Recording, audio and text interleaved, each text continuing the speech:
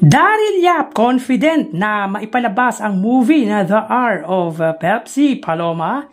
Yan ang pag-uusapan natin ngayong araw po ng Huwebes, January 16. Pero bago yan at bago natin umpisahan ang online viewership ng dalawang bigating noontime shows dito sa bansa, ang It's Showtime at ang Eat Bulaga, ay humiling ako na pakisubscribe ang aking YouTube channel, pakiclick ang bell icon para una kayong manotify sa mga bagong video na ilalabas ko. At pakidami nyo na din na i-follow ang aking Facebook page na Mega TV at ang aking TikTok account na Kaparokya TV. Maraming salamat! Mga kaparokya, nakikiusap po ako sa inyo na pakishare at huwag nyo pong skip ang ads na lumalabas po sa aking video. Kumbaga, tulong nyo na po sa akin yun mga kaparokya dahil ngayon lang po tayo na monetized. Again, maraming salamat po sa inyong lahat.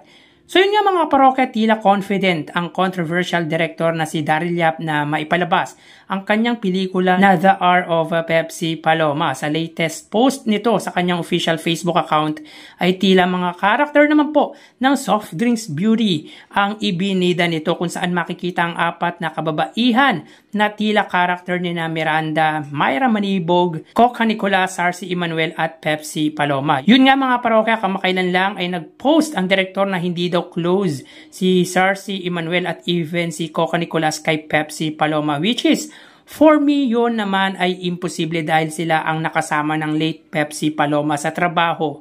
So yun nga mga parokya, grabe ang lakas ng loob ni Direk Daryl Yap na gumawa ng isang movie ng walang consent sa mga buhay at saksi sa tunay na nangyari, at tila nakipag-asaran pa sa isang miyembro nito na si Sarcy Emmanuel.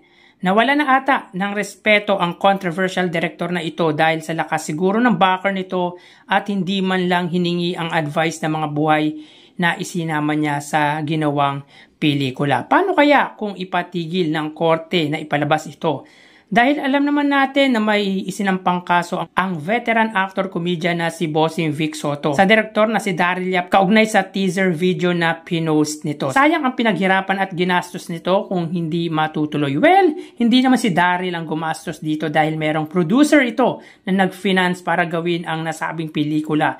Dahil matatanda ang tinanggihan di umano ito ng big boss ng Viva na si Boss Vic Del Rosario dahil malaki ang pinagsamahan ng TVJ at ni Vic Del Rosario. Ilan sa pelikula ng TVJ under his production company were Working Boys, Mom May We Go Out, and among others. And of course, si Tito Soto, ang dating Vice President ng Vicor na pag-aari ng magpinsang Vic Del Rosario at Orly Ilacad. Kaya malamang tatanggihan nito ang offer ni Daryl Yap. Sa mga nagsasabing dahil mataas or makapangyarihan na si Tito Soto nung time na sinasabing na RAPE si Pepsi Paloma kaya naurong ang demanda noong 1982, hindi po ako naniniwala doon. Dahil 1988 nang pumasok sa politika si Tito Soto as Vice Mayor po ng Quezon City. So Vice Mayor lang po yun mga kaparokya, hindi pa po Senador si Tito Soto that time. Meaning, unable pa po si Tito Soto or wala pang kakayahan or kapangyarihan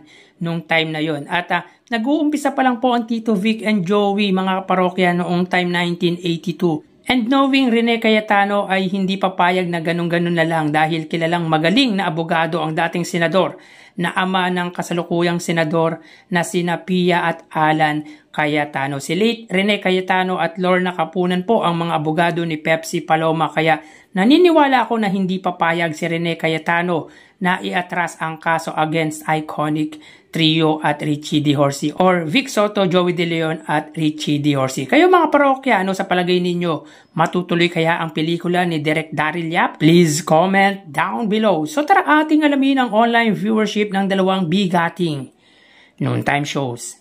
Para sa Eat Bulaga under TVJ Facebook page na may 2.8 million followers at sa It's Showtime naman po na may 18 million followers. So as of 1:14 PM ang It's Showtime po ay may kasalukuyang segment na tawag ng tanghalan, samantalang ang Eat Bulaga naman po sila ay may segment na sugod bahay mga kapatid. So dito makita po natin mga kaparokya, ang It's Showtime po ay may 6,300 live viewers at ang Eat Bulaga naman po ay may 4,100 live viewers. So again, as of 1:15 PM ang It's Showtime po ay may 6,400 viewers at ang Eat Bulaga naman po ay may 4,100 live viewers. So punta naman po tayo sa TV Network YouTube channel ng dalawang noontime show. Unahin po natin ang Eat Bulaga under sa TV5 Philippines na may 2.21 million subscribers at sa It's Showtime under GMA Network YouTube channel na may 37.5 million subscribers. So sa oras na 1:15 PM ang It's Showtime po under GMA Network, sila po ay may 19,000 viewers. Ang Eat Bulaga naman po under TV5 ay may 32,000 live viewers. So again, as of 1:15 PM ang It's Showtime under GMA Network, sila po ay may 19,000 viewers. At ang Eat Bulaga naman po under TV5 ay may 32,000 live viewers. Mapunta naman po tayo sa main YouTube channel ng dalawang noontime shows. Para po sa It's Showtime under ABS-CBN, It's Showtime na may 2.49 million subscribers at sa Eat Bulaga naman po under Eat Bulaga TVJ YouTube channel na may 1.24 million subscribers. Sa oras na 1:16 PM, ang It's Showtime po sila ay may 76,000 viewers.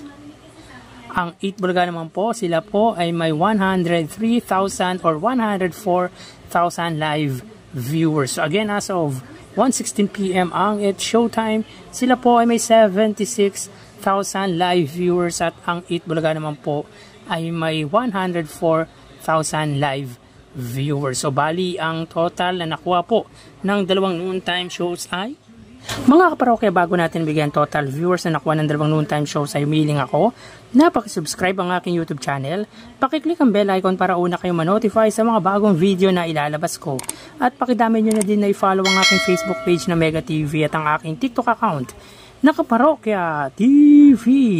Maraming salamat! So bali, ang total na nakuha po ng It's Showtime ay 101,000 viewers. 6,000 sa Facebook Live, 19,000 sa TV Network YouTube channel, at 76,000 po sa may main YouTube channel. Ang Eat Bulaga naman po ay nakakuha ng total na 140,000 viewers. 4,000 sa Facebook Live, 32,000 sa TV Network YouTube channel, at 104,000 naman po sa main YouTube channel. So again, ang It's Showtime ay may 101,000 total viewers at ang Eat Bulaga naman po ay 140,000 total live viewers. Yan po lumalabas sa kanilang online viewership as of 1:18 PM at mamaya ho magbabalik pa po tayo sa ikalawang bahagi ng ating online views update ng dalawang noontime shows. Magpapaalam po muna pansamantala mga kaparokya. Magsingat po tayo. Thank you and God bless.